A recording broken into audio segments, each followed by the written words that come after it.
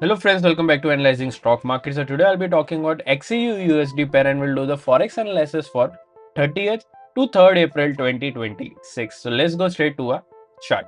So here XEU USD, that is gold USD pair. So I have already opened the charts. Let's talk about the closing first. So here on Friday, 2.62% positive move, 4493.14 was the closing on Friday. So now I'll be talking about what is going to happen in coming week. Even I'll be marking some important support zone and resistance zone, which will help you to take better stop loss and target levels according to your bias in gold USD according to your bias. Also, I'll be sharing my opinion on what could happen in coming week according to my analysis and previous week movement. So let's check a weekly chart first. So let's open a weekly chart over here. So here this is a weekly chart. Currently, if you see this weekly chart, we can see a good bullish candle with a small body and a big lower wick and a medium upper wick. If I talk about the stochastic RSI is at around 1.3 to 25 level, which is in a slight oversold area, which is indicating as a positive momentum. But remember, as we always say, we should not only look for RSI or other indicators, we should also look for other factors which moves the pair, like any news or important events, and then make a decision according to that data. So now let's mark some important support zone and resistance zone on a one-day chart. So let's open a one-day chart over here.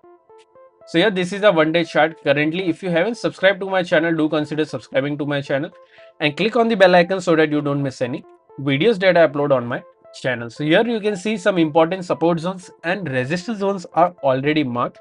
So currently we don't need to mark any new levels. Let's straight away talk about the closing first. So here 44.93 is the closing. Here the direct support is 44.78. Direct resistance is 44.97. After direct support, there is a support of 44.50 and then 44.25. After direct resistance, there is a resistance of 45.25 and then 45.50. These are two important support zones and resistance zone which will help you to take better stop loss and target levels according to your bias for this week. Also, if you're from India and thinking that how can I trade Forex market from India, then I've already shared prop firm links in the description where you can open your account from there and get funded. Also, I have shared discount coupon codes which will help you to take better discounts and any challenges that you buy from those platforms. Also, if you don't know what is funded account or prop firm, I've already made a dedicated video on what is prop firm, how it works, what are the rules that you have to follow to get funding. Everything is available on my Forex playlist.